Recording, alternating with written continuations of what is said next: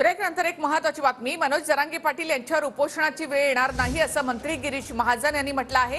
जरांगेंच्या उपोषणाच्या इशाऱ्यानंतर महाजन यांनी ही प्रतिक्रिया दिली। 24 जानेवारीला सुप्रीम कोर्टामध्ये क्रिएटिव्ह पिटिशनवर सुनावणी होते। मराठा 100% आरक्षण मिळणार असं गिरीश महाजन यांनी म्हटलं आहे।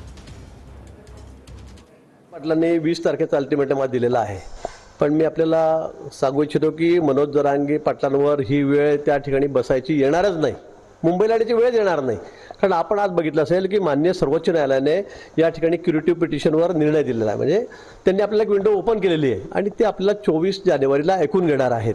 परंतु त्या ठिकाणी आता आपल्याला अतिशय ही आपल्यासाठी जमेची बाजू आहे, अतिशय पॉझिटिव्ह बाजू आहे। आपल्याला 100% आरक्षण हे या ठिकाणी मिळणारच आहे। मी आपल्याला सांगतो, सर्वोच्च न्यायालय त्या ठिकाणी ऐकून घेणार आहे। ते आता जरांगे पाटील साहेब जे म्हणतात की आईचं नाव लावावं, याचं पण हे सगळं कदापि शक्य नाही की अशी पद्धत आपल्याकडे पितृसत्ताक पद्धत आहे।